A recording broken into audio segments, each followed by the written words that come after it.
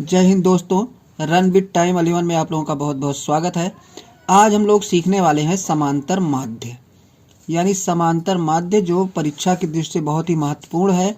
आपको हर लेवल की परीक्षा में आपको ये प्रश्न मिलेगा, चाहे कंपटीशन का हो गया उसमें भी पूछा जाता है और चाहे आपका क्लास लेवल का हो गया उसमें भी पूछा जाता है। तो आइए बहुत ही सरल ढंग से हम आप लोगों को निकालना सिखाते हैं कि समांतर माध्य कैसे निकालते हैं। अगर चैनल पर पहली बार है तो चैनल को सब्सक्राइब जरूर कर लें, क्योंकि इस चैनल पर आपको मैथ और इंग्लिश की तो हर हाल में ऐसी चीज़ें पढ़ाई जाती हैं जो कहीं भी आपको मिलने वाली नहीं है। बाकी सब्जेक्ट भी यहाँ पे आपको अवेलेबल है, प्लेलिस्ट में जा करके किसी भी विषय का आप अध्ययन कर सकते हैं। तो चलिए बिना देर करते हुए हम चलते हैं अपने क्वेश्चन पर। देखिए, आपको वर्ग अंतराल दिया गया है और यफ यानी बारंबारता दिया गया है फ्रीक्वेंसी इसकी। अब इसका हमें समांतर माध्य निकालना है। तो समांतर माध्य का फार्मूला होता है, देखिए, सिग्मा एफ एक्स अपान सिग्मा एफ। अब सिग्मा मीन्स होता है जोड़, योग होता है। इसका मतलब क्या होता है? योग। और यफ एक्स का मतलब यफ गुणे एक्स का योग कर लीजिए और यफ का योग कर लीजिए। यफ का मतलब ये बारंबारता जो है इसका योग कर लीजिए और यफ एक्स निकाल लीजिए। पर इसमें हमारे पास यफ यक्स नहीं है। यफ तो है हमारे पास पर यक्स नहीं है, तो यक्स हम निकालेंगे पहले। तो देखिए, यक्स निकालने का तरीका ये है, जो आपके पास बारंबारता है उसको दोनों ये निम्न पद और उच्च पद को जोड़ करके, यानी इसको जोड़ करके हाफ करेंगे, आधा करेंगे। 10 और 0 जोड़ेंगे तो कितना हो जाएगा? 10 ही होगा। इसका आधा करेंगे तो कितना आएगा? 5 आएगा। तो ऐसे 5 हम लिख लेंगे। एक्स पहले निकाल लेते हैं। 20 और 10 जोड़ेंगे 30 होगा। 30 का आधा कितना होगा? 15 होगा। फिर देखिए 30 और 20 जोड़ेंगे कितना होगा? 50। 50 का आधा कितना होगा? 25। फिर देखिए 40, 30, 70 और 70 का आधा कितना हो जाएगा आपका? 35। आगे देखिए 50, 40, 90, 90 का आधा कितना हो जाएगा? 45। इसी तरीके से इसका हो जाएगा 55। कितना हो जाएगा? 55। अब ये तो हो गया आपका यक्स, पर हमको यक्स भी नहीं चाहिए, हमको क्या चाहिए? एफ एक्स चाहिए। तो हम एफ ये है, यक्स ये है, इसका एफ एक्स निकाल लेते हैं, यानी एफ इंटू यक्स। तो एफ एक्स जब निकालेंगे एफ एक्स का मतलब एफ इंटू यक्स मतलब एफ गुणे यक्स। तो एफ गुणे यक्स करते हैं, 5 को 5 से गुणा करेंगे कितना आएगा? 25। फिर देखिए 15 को 8 से गुणा करेंगे, 15 अट्ठे कितना होगा? 120। ये हो गया आपका। फिर देखिए 25 तिया कितना हो जाएगा? 75।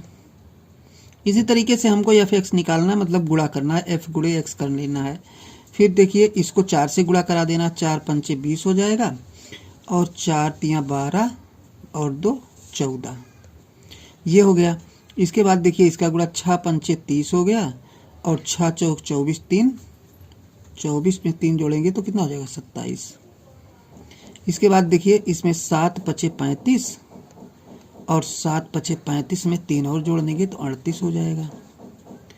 अब देखिए ये हो गया आपका एफ एक्स, लेकिन हमसे क्या कह रहा है? सिग्मा एफ एक्स, मतलब योग कह रहा है। एफ एक्स का क्या? जोड़। तो ये हम जोड़ लेते हैं यहाँ पे।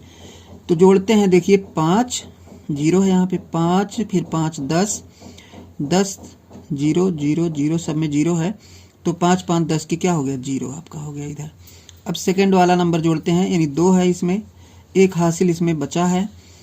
2 2 4 7 4 11 11 4 15 15 7 22 22 में 8 जोड़ेंगे 30 और एक हासिल बचा था, कितना हो गया? 31। कितना हुआ? 31। अब बचा कितना आपके पास? 3 बचा। अब थर्ड नंबर का जोड़ लेते हैं दहाई वाले स्थान को। 1 है, 2 है, 2 4 4 3 7 और 7 में 3 और जोड़ेंगे तो 10 हो जाएगा, यानी 1010 आया। ये क्या है आपका? सिग्मा एफ एक्स है। ये जो आपका आया ये क्या आया? Sigma F x.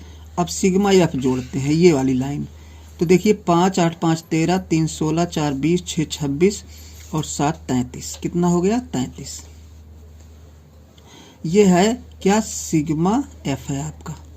तो दोनों चीज़ हमको प्राप्त हो गई। अब हम अपने फार्मूले पर आराम से रख करके सवाल को हल कर सकते हैं। तो चलिए देखते हैं, इस पे हम हल करते हैं। सिग्मा एफ एक्स की जगह लिखते हैं 1010। 1000 कितना 10। अब बटा करना है सिग्मा एफ कितना आया 33। बस इसी को तो हमें डिवाइड करना है। अब डिवाइड करने के लिए देखिए प्रक्रिया का मतलब तुमको भाग देना ही है, यानी डिवाइड करने के लिए क्या करना है, भाग देना है। तो चलिए हम भाग कर लेते हैं। 10 10 है ये, इसमें 33 से भाग कर देते हैं, क्योंकि कटने वाली संख्या है नहीं, 3 से कटेगा, पर ये इसमें 3 से कटने वाली कोई नंबर है नहीं। तो चलिए 33 तियाँ 99 होता है, हम 99 कर लेते हैं।